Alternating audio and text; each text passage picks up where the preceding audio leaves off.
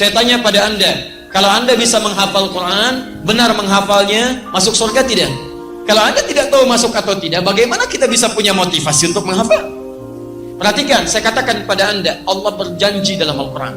Allah berjanji bahwa orang yang benar menghafal Qurannya, benar menghafal, nanti benar itu bisa mengamalkan isinya, benar menghafalnya, maka bukan hanya masuk surga, Allah akan hiasi dia ketika masuk surga dengan perhiasan yang membedakan dengan yang bukan menghafal Quran.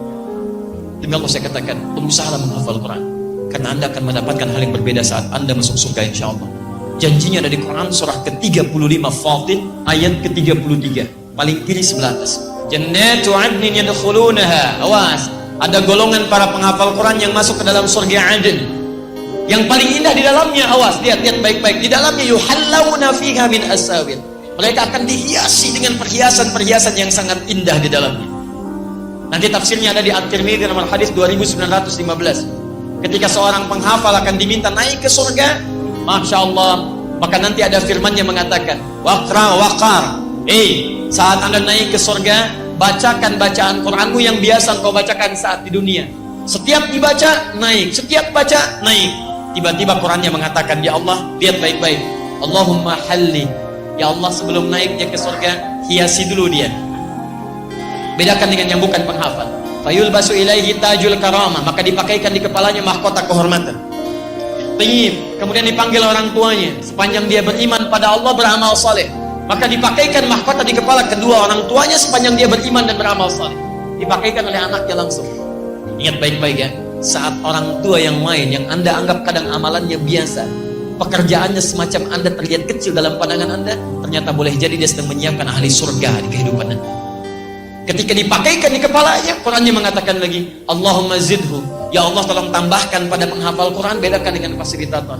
Fayulbasu ilaihi libasal karamah, maka dipakaikan padanya jubah kehormatan, maka naiklah dia ke dalam surga. Perhatikan, ketika dia naik ke dalam surga itu disebutkan jannatu adnin. Ketika dia naik ke surganya, maka diteruskan. Buka Quran surah ke-13 ayat 23 sampai 24.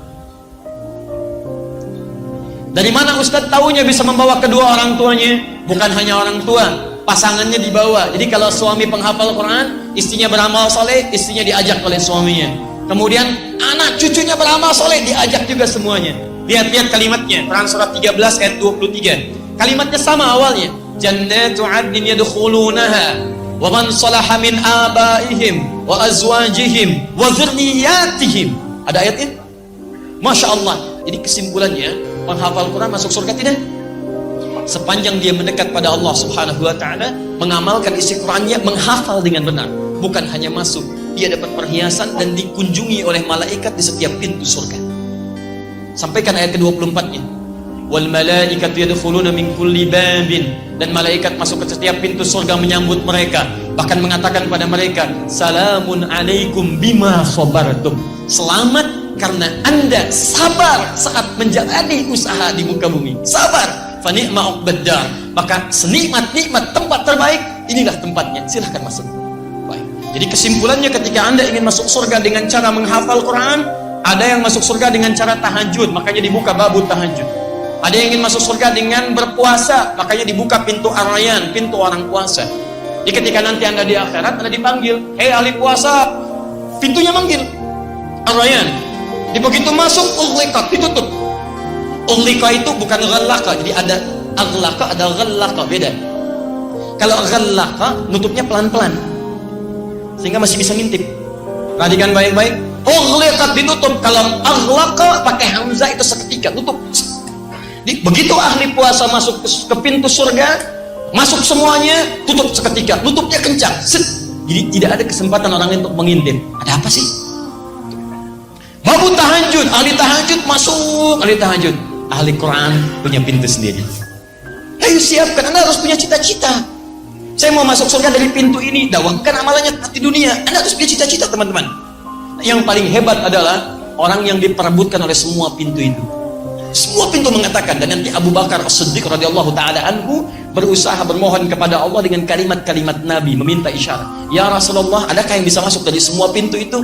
Kata Nabi, saya bermohon kepada Allah supaya engkau menjadi bagian darinya. Dan berita baiknya, ahli Quran itu salah satunya akan diperebutkan oleh pintu-pintu itu. Karena ahli Quran, dia pasti rajin tahajud. Ahli Quran, dia pasti rajin puasa.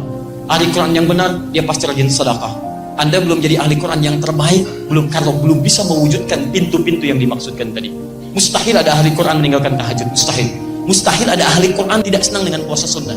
Mustahil ada ahli Quran tidak senang dengan sedekah. Ketika berkumpul Quran dalam jiwa Anda, disitulah puncak kebaikan tersemai dalam jasad Anda.